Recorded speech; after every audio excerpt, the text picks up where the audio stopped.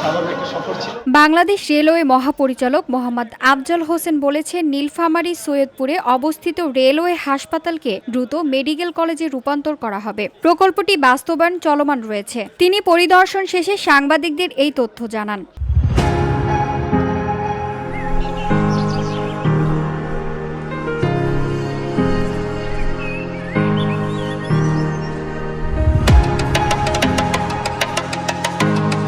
মহাপরিচালক সৈয়দপুর রেলওয়ে কারখানা, সৈয়দপুর স্টেশন সহ বিভিন্ন স্থাপনা পরিদর্শন করেন।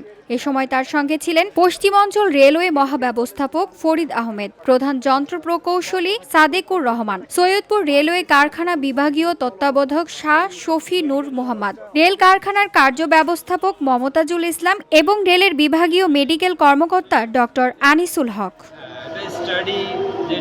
মহাপরিচালক আরও জানান, সৈয়দপুর রেলওয়ে হাসপাতালকে জেনারেল হাসপাতাল পরিণত করে সর্বসাধারণের চিকিৎসা সেবার জন্য উন্মুক্ত করা হবে। এছাড়া রেলওয়ে কারখানা ও লৌহটিক কারখানা আধুনিকতায় করা হবে এবং জনবল নিয়োগের ব্যবস্থা নেওয়া হবে। সাংবাদিকদের প্রশ্নের জবাবে তিনি বলেন, রেলের জনবল নিয়োগ প্রক্রিয়া দ্রুত এগোচ্ছে। স্প্রিং সংকটের কারণে কোচ মোতায়েনের কিছু সমস্যা হচ্ছে, তবে আমরা দ্রুত তার সমাধান করব। এছাড়া সৈয়দপুর রেলওয়ে স্টেশনেও আধুনিকায়ন করা হবে। যাত্রীদের সমস্যার কথা আমরা গভীরভাবে বিবেচনা করছি।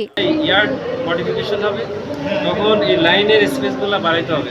যেখানে প্ল্যাটফর্ম আছে ওখানে তাহলে আমাকে একটা লাইন ধরে ফেলতে হবে। তাহলে আমি লাইন ফ্যাসিলিটি কমাবো নাকি আমি দুটাকেই অ্যাকোমোডেট করা হয়েছে। আমার লাইন ফ্যাসিলিটি রাখিয়ে ওখানে প্ল্যাটফর্ম যেটুকু দেওয়া ছিল এটারই তখন দাবি ছিল। এই যে এখন আপনি বলতেছেন যে এটা একসময় তো ছিলই না, একসময় ছিল না। একটা যাত্রীদের এটা সুবিধার কথা চিন্তা করে যতটুকু প্রোভাইড করা হয়েছে বিভিন্ন সময় বিভিন্ন। VOD Bangla news desk.